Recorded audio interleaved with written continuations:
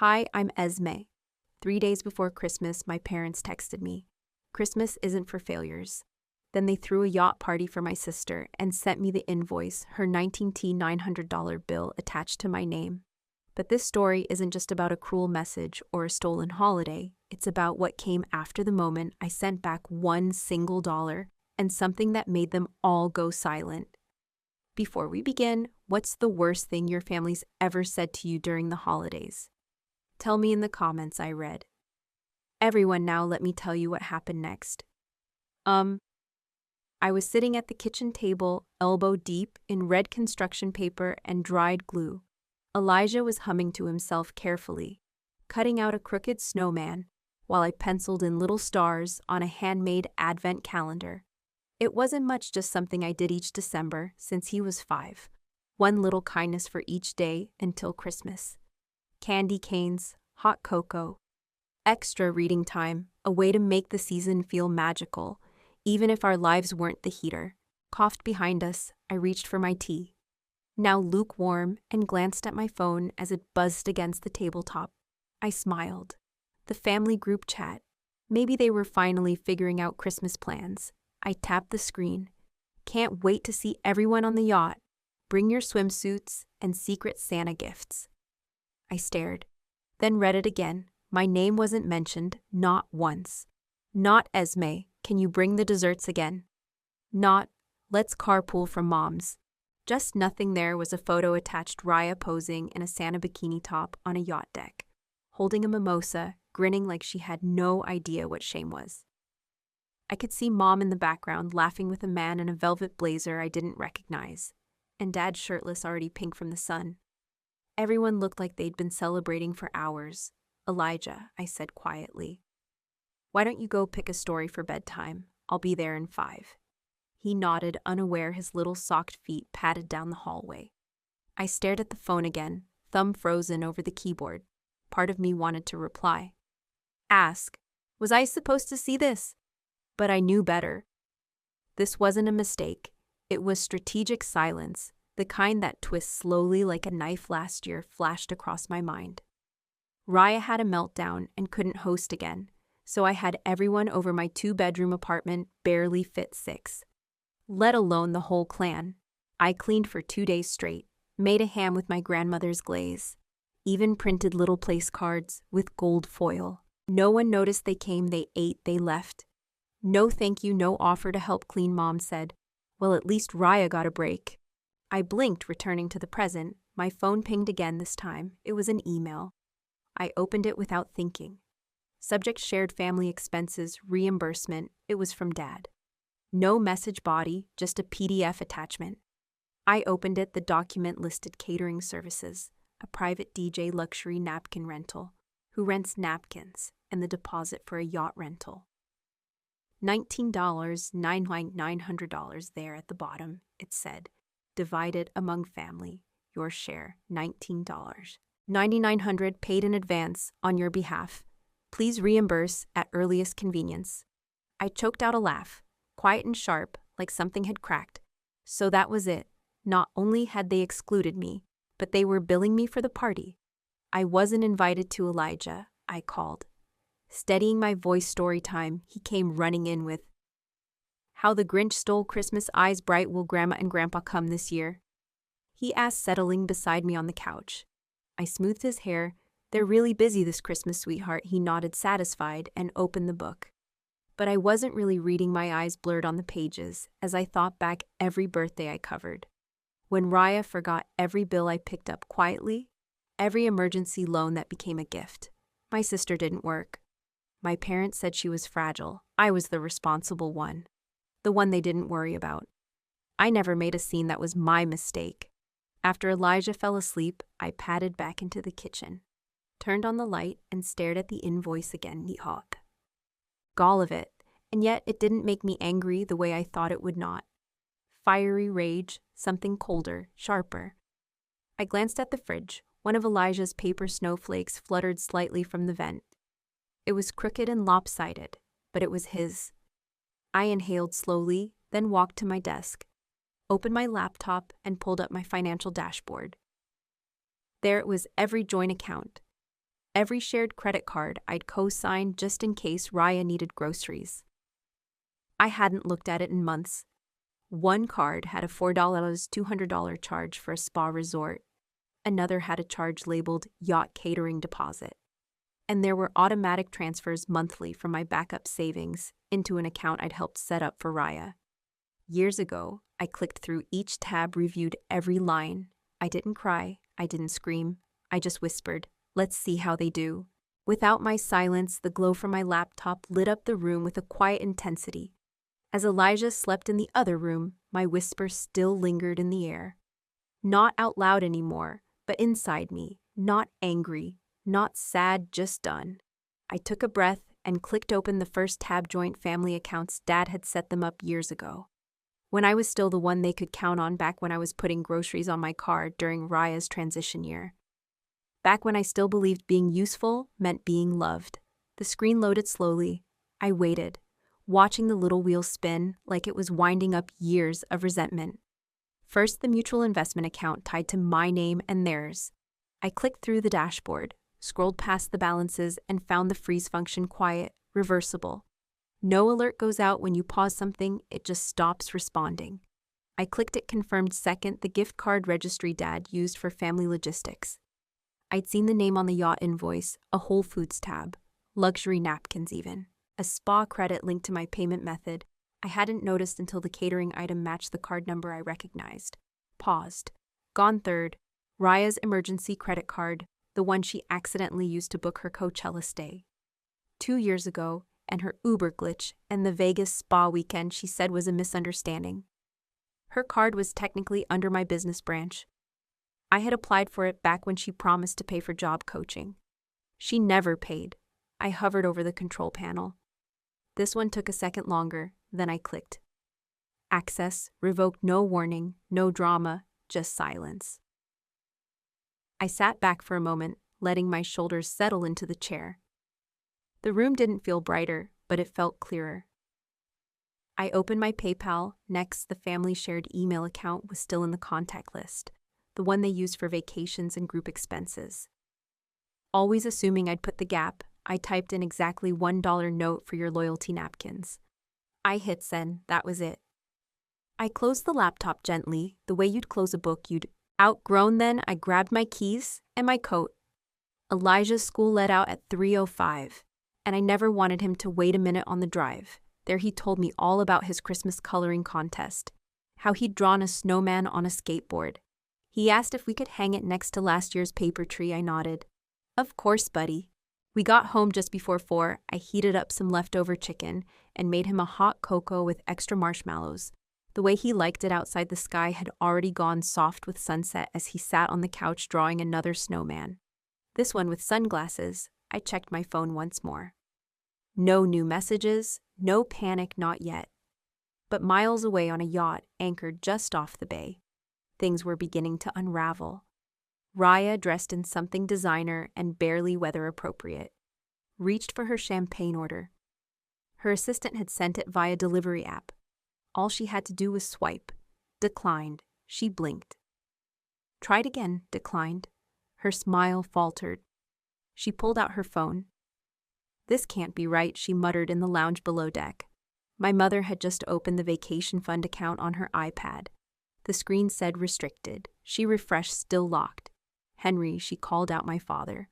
Halfway through bragging about the custom DJ mix to some acquaintance from their yacht club, came over with a glass of white wine. What she turned the screen toward him. It's frozen. I can't even see the balance. He frowned, pulled out his phone. That's when he saw it, a PayPal notification, $1 received from Esme Memo. For your loyalty napkins. He blinked. Then again. What the hell is this? My mother stared. Did she just... He didn't answer, his jaw clenched around them. The yacht crew pretended not to notice, but I know how these things go. Whispers slip faster than champagne pours on my end. It was calm. Elijah had fallen asleep on the couch after dinner, a candy cane still in his hand. I lifted him gently and tucked him into bed, then returned to the kitchen. There on the fridge was the snowflake he'd made me last week. Paper, scissors, glitter, glue. He'd even written in shaky crayon, to the best mom. I leaned closer and smiled right next to it, in a little wooden frame I'd kept from childhood, was the old 1998 Christmas card from my parents, back when we all wore matching red sweaters and pretended nothing was wrong, back when Raya was their angel and I was the one holding the camera remote for years. I whispered to myself I thought being the stable one meant being invisible. Turns out I was just the foundation under their feet. My voice was steady, no tears. Not anymore. I sat down, wrote a grocery list, paid 2 bills, and scheduled Elijah's dentist appointment. Then I poured myself a glass of water and opened my book. 10 pages in my phone, buzzed on the table. I turned it over. A message from Mom. Call us now. Yum. My thumb hovered over the screen. The text from my mother still glared at me, cold, commanding, call us now. I locked the phone without responding. The silence in the apartment was thick like wool wrapped around my chest. Elijah was already asleep in his room, curled up under the blanket, with the little fox embroidery he used to drag everywhere when he was younger. The hum of the dishwasher and the faint rattle of wind against the balcony door were the only sounds left. I turned back toward the kitchen, poured myself a glass of water, and walked to the living room. But before I even sat down, the phone lit up again. Voicemail. Not from her, from Aunt Coralie. The name alone made my hand shake. A little. Aunt Coralie had always been the soft one, the one who sent birthday cards when no one else did, the one who once told me quietly at my high school graduation, "Don't let them dim you." The message began to play on its own, "Sweetheart." Her voice was barely above a whisper. "I don't know what your mom told you, but I was there on the yacht. I heard her. I just need you to hear this." I sank onto the arm of the couch, my breath catching. She continued, voice trembling. "She told the Bartons that you'd refused to come to Christmas, that you were too proud to forgive. She made it sound like you chose your career and fancy city life over your family." I closed my eyes. The words shouldn't have surprised me, but they still felt like needles. Flashbacks flickered behind my eyelids. Back in March, when Dad's utilities were about to be cut off, I'd gotten the notice forwarded to my old email, the one tied to their old bank account. I didn't call, I didn't ask, I just paid it. Then again in July, when I learned from a mutual contact that Raya had gotten into a private rehab facility in Arizona. She'd overdosed. Again, the facility required a deposit, $2.00 sent anonymously from a burner account I'd set up with a generic name. I didn't want her or them to think I was seeking credit. Coral's voice cracked. "They've been telling everyone you cut them off, that you haven't sent a dime in months, that you ghosted them, that they're struggling because of you." She paused. "But you did. I didn't answer. Couldn't. Instead, I just stared at the far wall, where Elijah's latest school painting, some blue creature with too many arms, was taped above the light switch. The glass of water in my hand had gone warm. My jaw clenched, but the tears still came slow and reluctant. I didn't sob, I just let them fall. They needed a villain, I whispered to no one, and I made it easy for them. It was the first time I said it aloud, and once I did, it rang so clearly, I wondered how I hadn't seen it before. My silence, my refusal to explain myself, to defend, to fight back, had become a blank canvas for them to paint over, and they'd chosen black. I stood up slowly and walked to my bedroom. The drawer of my nightstand creaked as I pulled it open. Inside, beneath a box of Elijah's baby teeth I still hadn't thrown out, sat a cream-colored envelope. No return address, but the handwriting was unmistakable. My mother's cursive, tight, elegant, always a bit smug in its neatness. She'd sent it last month. I'd tucked it away without opening it. That was around the time she stopped replying to my check-ins. I'd assumed she was giving me the silent treatment again. I hadn't expected anything, but I also hadn't expected this much. Nothing. I tore the envelope open now. A check slipped out. My hands felt strangely distant as I held it. $300 memo line, repayment for rehab. And just below in faint ink, she'd written, "Don't think this makes you better than her." I stared at it for a long time, the gall, the rewriting of reality wrapped in politeness and paper. She'd taken a moment of quiet generosity, one I never even claimed, and turned it into a petty game of who owed who. This wasn't about money. Not anymore. It was about narrative, about control, about how a mother could lie so easily, so publicly, while still calling it family loyalty. I folded the check in half then again until it was just a small square of disappointment. I didn't tear it. I wasn't angry enough for that. Not tonight. I walked to the fridge, slipped the check under the magnet, shaped like a cinnamon bun Elijah had made in preschool, and stepped back. It looked ridiculous there, and yet somehow... Right, my phone buzzed again this time. I didn't check it. I already knew who it was, and I already knew I wasn't playing their game anymore. I sat frozen at the kitchen counter, still holding the check from my mother. The ink on the memo line repayment for rehab had already bled slightly from where my thumb pressed too long below it, a message that was more accusation than gratitude. Don't think this makes you better than her. I whispered it once, slowly, just to feel the weight of it again. Then I looked at my laptop no more, waiting no more, wondering what was real and what was twisted to look real. I opened a new tab and typed Yacht Blue Events.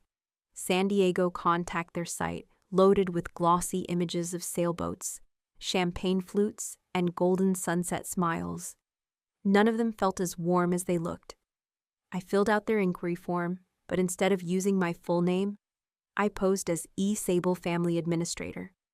I kept the message short, requesting a full itemized receipt for the December 23rd event, under the Sable account for tax purposes. I clicked send, then sat back and watched the cursor blink in my inbox like it was mocking me while waiting. I opened a second window and searched something else that had been tugging at the edge of my memory. The Sable Family Hope Fund. Our last name, our family photos, plastered on their homepage, and yet I hadn't donated a single cent officially at least. I didn't think I had. 3 hours passed. The sun dipped behind the skyline, and I hadn't moved from that spot. Then ping a new email, subject Yacht Blue Event Receipt. Sable Family Booking Attachment Yacht Event. Sable Deck 23 PDF. I opened the file and stared. Total $38. $7.72 under the bolded primary sponsor name there. It was in black and white, Esme Elise Sable. I didn't breathe my name, wasn't just mentioned, it was headlining it. They didn't just use my money, they used my identity. That same tight burning feeling returned to my chest. Not just betrayal, something deeper. Like I'd been living in a room where every mirror had been quietly swapped for funhouse glass, and I was only now seeing how warped the reflection really was. I clicked back to the family's social media posts. Raya had uploaded a dozen photos from that same yacht party in one.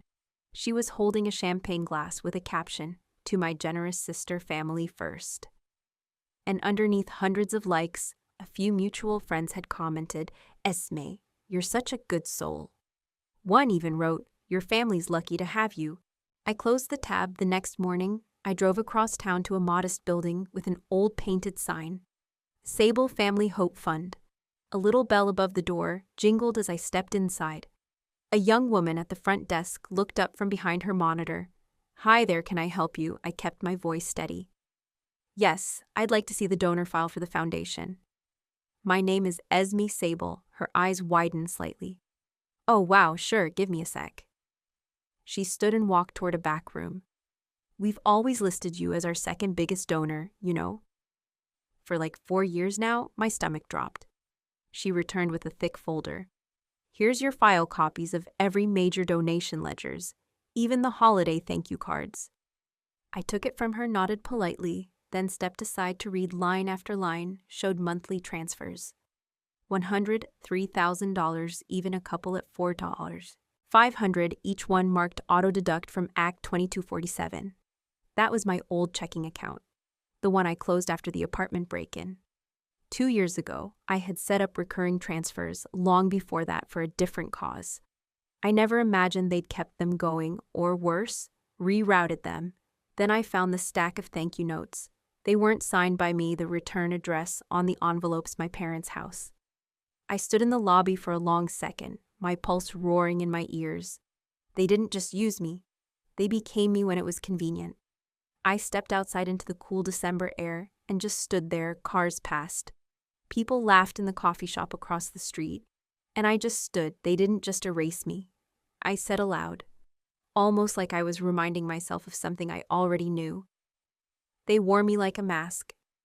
I drove home in silence back at my apartment. I poured a glass of water and sat again at the kitchen counter. I looked down at the donor file, then opened my phone and started snapping pictures of every page.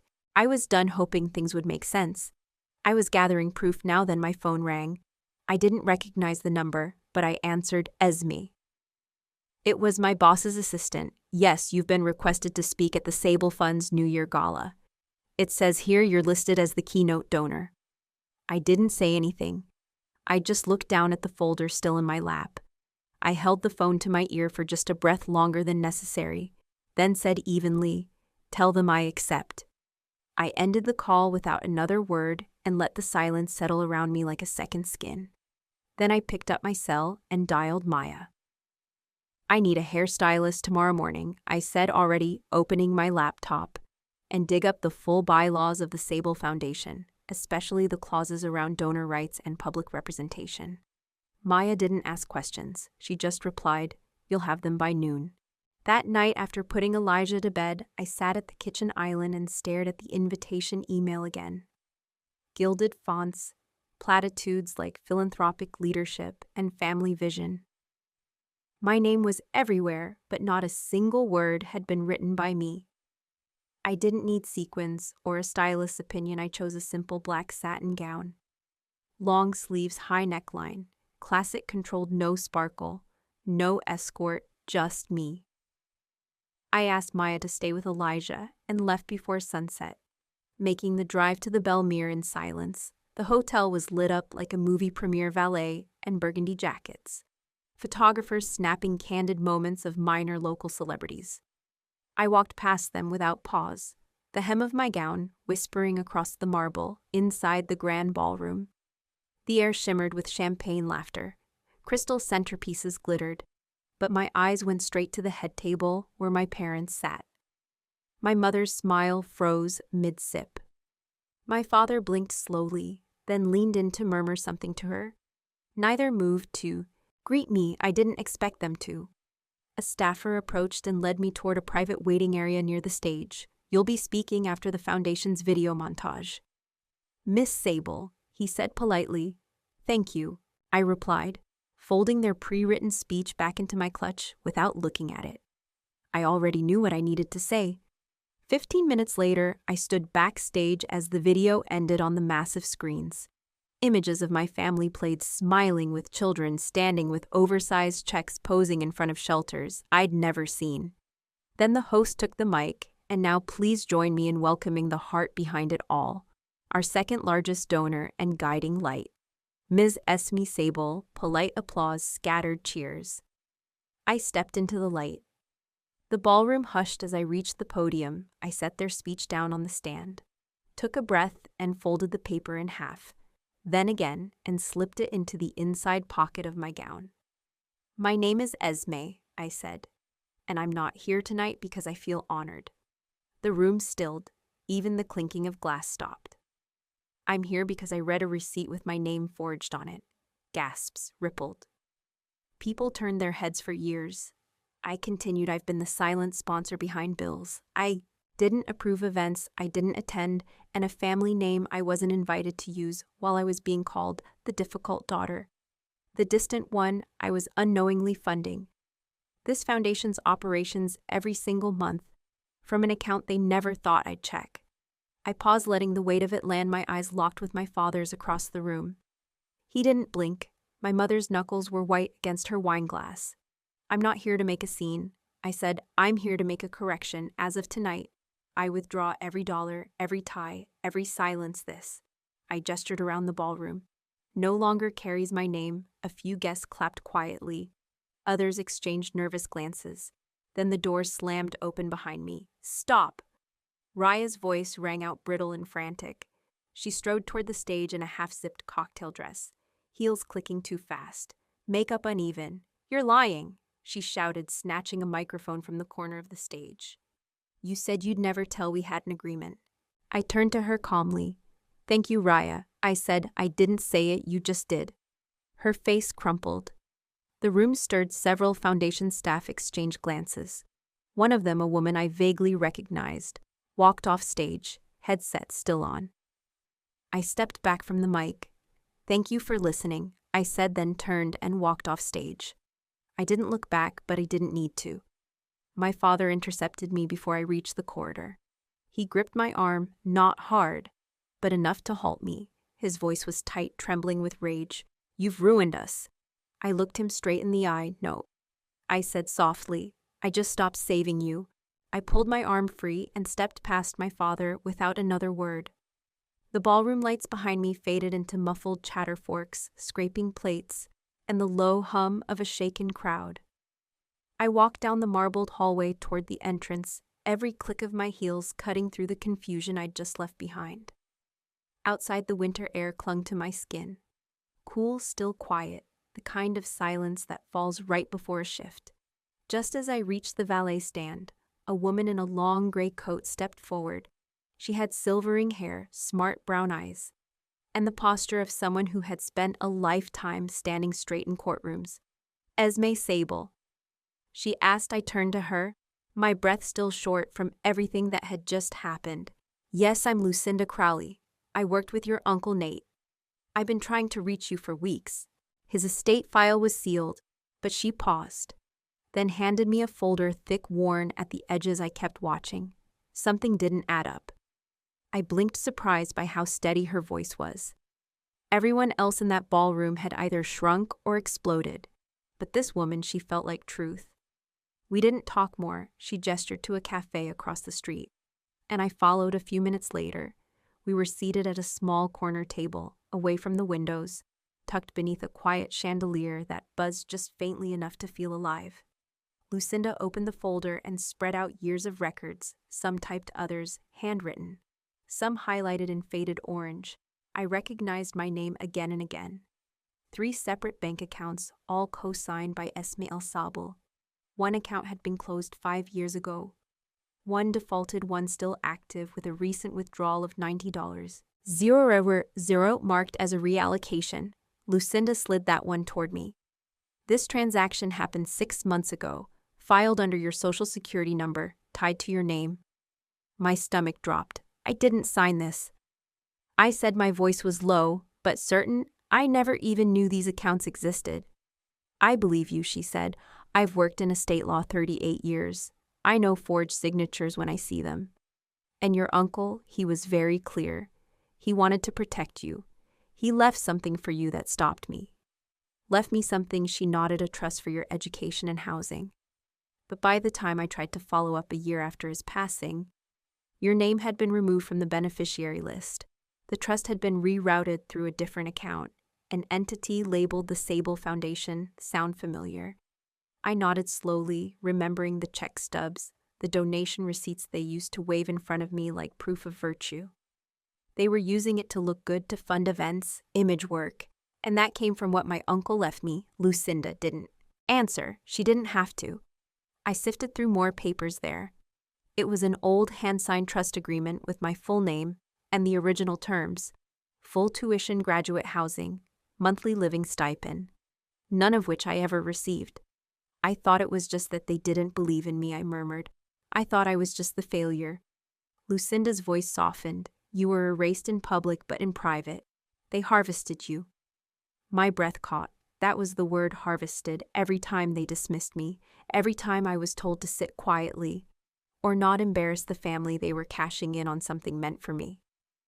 "I remember my uncle," I said quietly, tracing the faded edge of a document. "He took me to the museum when no one else did. Sent me a journal. When I said I wanted to write, he was the only one who asked how I was doing, and actually waited for the answer." Lucinda gently reached into her bag and pulled out a flash drive. "Everything is here," she said. "Emails, transaction logs, scanned signatures. It's enough to bring legal action." I looked at the tiny device on the table next to my half-drunk tea. It felt both small and massive. Proof of theft. Yes, but also proof of who I had always been. Someone worth protecting. Someone worth leaving something to. She leaned forward, eyes steady. "You'll need a good lawyer." I stared down for a moment, then lifted my gaze and smiled, quiet but sharp. "I don't need a lawyer," I said softly. "I need the right audience." I didn't sleep that night after Lucinda left. I sat in my car for nearly 10 minutes, watching headlights blur through my windshield. My hands didn't shake, but my breath felt measured too. Measured like my body already knew this wasn't about grief anymore. It was accounting by the time I walked into my apartment. Elijah was asleep, the TV flickering in the background. A rerun of something cheerful hummed from the living room, completely detached from the reality in my bag, an unmarked flash drive that could dismantle everything they'd built on my back. I poured myself a glass of water, sat at the kitchen table, and plugged the drive in. Let's begin. I whispered, the files opened one after another. PDFs, scanned checks, foundation ledgers. Even a Christmas photo I hadn't seen before. All of it neatly organized by Lucinda. The woman had done her homework. My name was everywhere, or rather, it was used everywhere. Co-signer on defaulted loans. Authorized donor for fake charitable disbursements. I even found an invoice for a yacht chartered out of Miami Memo Line. Staff appreciation cruise. Sable Foundation, they used my name for that too, and I'd never even been invited. I opened my laptop's camera, clicked record, and sat up straight. My name is Esme Sable, I said slowly, clearly. And for 10 years, I was erased while funding their legacy. No tears, no drama. Just clarity. I held up the papers one by one. My supposed signature on 3 different accounts forged. Not even close to my actual handwriting, next a transaction log showing $90,000 transferred to an account labeled housing support, yet it led straight to a beach property in my sister's name. I clicked next the tax forms from the foundation, and then a scanned copy of my uncle's original trust fund. The one meant for me, my name crossed out a redirection clause, added after his death. They said Christmas wasn't for failures. I said still calm, but they sent me the bill. Here's the receipt. I paused and took a slow breath. This isn't revenge, it's record keeping. I ended the recording and saved it under one name. KS, A Gift of Truth. I uploaded it to a private video link and watched the progress bar crawl across the screen. Then I printed the QR code that would take anyone straight to it. Just a scan away from the truth. It was 2:12 a.m. at 700 A. Elijah came into the kitchen in his pajamas, rubbing his eyes. Mom, are we doing presents this year? I knelt down and kissed his forehead. We're doing peace this year. That's the best one. He didn't ask more. He didn't need to. That's the thing about children, they feel before they understand. He knew something had shifted in me, and maybe in us after breakfast. While Elijah sat drawing in the living room, I carefully packed a small white gift box inside. I placed a check for $1. The memo line read, "Final payment." I slid in the certificate that once recognized me as a founding donor to the Sable Foundation. Voided stamped in bold red ink. Then I slipped in the QR code, etched into a small glass plate I'd ordered months ago for a craft project. I tied it all with gold ribbon. No note, just the facts. That afternoon, I drove to the post office and stood in line like anyone else. No one knew what I was holding. The box was addressed to my parents, priority. No return address, just the right amount of mystery when I got home. I didn't rush to check if they'd seen it. I didn't stalk the delivery tracking page. I just made dinner, watched a movie with Elijah, and fell asleep for the first time in what felt like a season. Christmas morning came softly. Outside, the city was still snow, flurried against the window panes, and somewhere in the distance church bells chimed. Elijah opened his small gifts with quiet joy. A new sketchbook, a pair of gloves, a book on marine animals, but across town in the living room, I hadn't been invited to. In years, my father held the box with a scowl. My mother narrowed her eyes at the glass plate inside, lifting it like it might explode. "What is this?" my sister asked, frowning. My mother pulled out her phone and scanned the QR code. The video began to play. My voice echoed from her screen, calm and unshaken. My name is Esme Sable, and for 10 years the room went silent. My father dropped his fork. My sister's face lost all color. My mother's hand trembled as she reached to pause it, but didn't. And then back in my apartment, my phone buzzed once, then again and again. I picked it up. 47 missed calls. Then came the knock at the door. The second knock was firmer than the first. The third, slower, almost hesitant. I stood still for a moment, hand on the door knob, letting the weight of those knocks settle. Then I opened it, My mother stood there clutching her purse like it was a shield. Her coat was buttoned wrong, one button off, and her makeup was faintly smudged around her eyes. Not crying, but close. "Can I come in?" she asked, voice quieter than I remembered. Not cold, not sharp, just brittle. I stepped back wordlessly, letting the door swing wider. She passed me with careful steps, as if she wasn't sure the floor would hold her. I closed the door behind us and followed her into the living room, where the afternoon light was falling in patches through the curtains. She sat on the edge of the couch, legs crossed tightly, fingers twisting the strap of her bag. I didn't offer her tea. "Not yet, we saw the video." She began, glancing at me, then down again. "Your father, he didn't know what Raya was doing with the foundation. We were told you saw the truth." I said, keeping my voice even. She blinked. "Esme, sweetheart." I held up one hand, walked to the small speaker on the bookshelf, and tapped my phone. It connected with a soft chime. I hit play. Raya's voice filled the room. Bright, unbothered, relaxed. "Mom, Esme's good for it. She never checks the accounts. I mean, it's her name on the foundation, but that's the whole point, right?" In the background, faint laughter. My mother's unmistakable. Then she thinks she's still protecting the family name. Let the voicemail play to the end. The silence that followed was thicker than anything spoken. My mother's hands trembled slightly on her lap. That was taken out of context, and I didn't reply.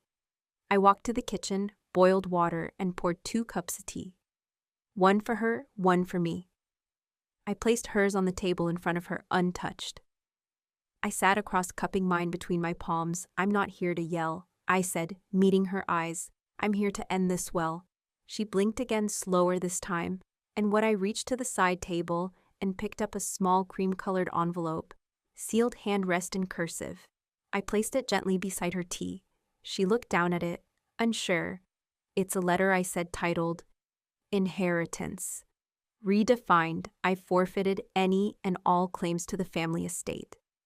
I've withdrawn from the foundation, removed my name, and signed a legal declaration of no financial ties. Any future contact with me will have to be initiated by you. Not your lawyers, not Raya, not through gossip or guilt you." Her face crumpled, not in shock, more like disbelief. Finally catching up with reality.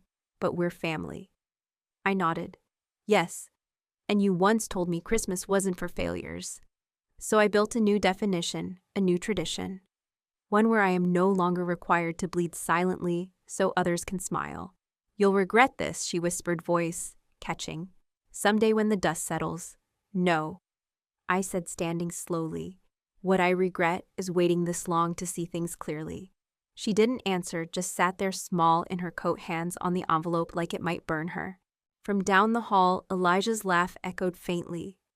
He was watching some animated movie. The contrast made the room even heavier. Eventually she rose. She didn't take the tea. She didn't hug me. She walked to the door slowly, like someone moving through a fog, as she stepped onto the porch. The cold air caught her breath. She turned back once, eyes shining. Not with tears, but with something unspoken, regret, maybe, or just recognition. I didn't say goodbye. I simply closed the door, and this time I locked it deliberately. Quietly, I lit the small cinnamon-scented candle by the front window.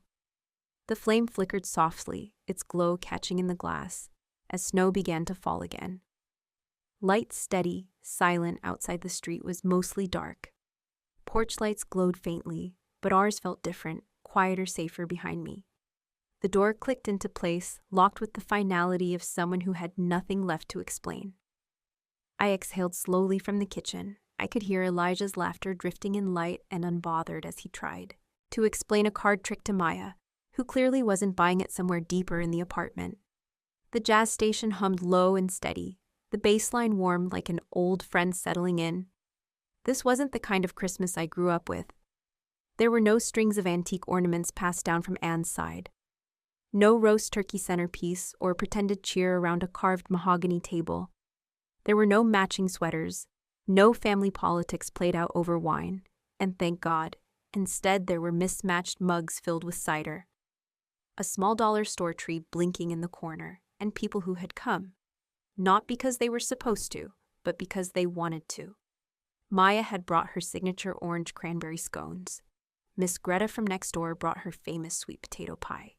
Mr. Tompkins, our retired mailman, popped in for exactly 20 minutes, just long enough to sing 2 carols slightly off-key, and deliver a tin of chocolate-dipped pretzels. With a crooked bow, we sat around my circular dining table. 4 chairs, 1 folding stool, and Elijah perched on a cushion. The table wasn't fancy. It wobbled slightly if you leaned too hard, but it was mine, and tonight it held laughter, not judgment, kindness, not expectations. As I reached for a pot of cocoa warming on the stove, Elijah appeared beside me, his socks slightly mismatched. "Mom," he said, tugging gently on my sleeve, "this is for you." He handed me a sheet of paper folded carefully into fourths. I opened it slowly, already smiling. Crayon scrolls filled the page, a stick figure me with what I assumed was a superhero cape. A speech bubble above read, "You're the best, not a failure." Below that, in slightly crooked letters, he'd written, "Love your family forever." I didn't say anything right away. My throat tightened too much, so I hugged him instead hard enough that he giggled. "You okay, Mom?" he whispered. "I'm better than okay." I murmured, "I'm full." As he skipped off to show Maya his drawing, I turned back toward the fridge. It looked different now. The Old Magnet Sable Foundation Gala invites Raya's engagement announcement. Anne's holiday recipe clippings were all gone. In their place were Elijah's school photos, Maya and me grinning at the beach last summer, and a simple magnet that read, "You are enough." I'd bought it on a whim at a thrift shop, never realizing how much I'd need it. Now I poured the cocoa into mugs and carried them to the table. Everyone scooted aside to make room, even if it meant bumping elbows. "You didn't have to go all out, Esme," Maya said, sipping. "This is the best Christmas I've had in years." "Same here," Miss Greta chimed in. No one judged my pie for being a little burnt this time. We laughed, not loud, not boisterous, just warm. And for the first time in what felt like years, I leaned back, breathed deeply, and allowed myself to feel it. Peace. My phone buzzed gently on the counter. A new message, unknown number. "I watched your video. I left my own toxic family today." "Thank you." I stared at it for a moment, then forwarded it to myself just so I wouldn't forget. Then I raised my mug, slowly catching each of their eyes to failures. I said softly, "May we keep redefining what that word means." Mugs, cling ticket, smiles, widened. No one needed a speech. The silence that followed said enough. After dessert, Maya started stacking the dishes, but I waved her off. "Sit, I'll take care of it later." Elijah yawned and curled up on the couch, half under a throw blanket, half on top of it like always. Maya smiled. "Next year, your place again," I grinned back. "Only if there's extra marshmallows," she gave a mock salute. "You got it." I walked over to Elijah and gently tucked the blanket around his shoulders. He stirred, but didn't wake. Just murmured something about hot cocoa and drifted deeper into sleep. The tree lights twinkled gently. No big star at the top. No store-bought perfection, but they glowed. I leaned in close and whispered, "Merry Christmas, kiddo, we made it." The others began to gather their coats. The snow outside had picked up, but it wasn't fierce, just soft, steady clean as the last guest stepped out. I stood in the doorway for a moment, watching the flakes catch the light. We didn't burn the old house down. We just walked out and built something warmer.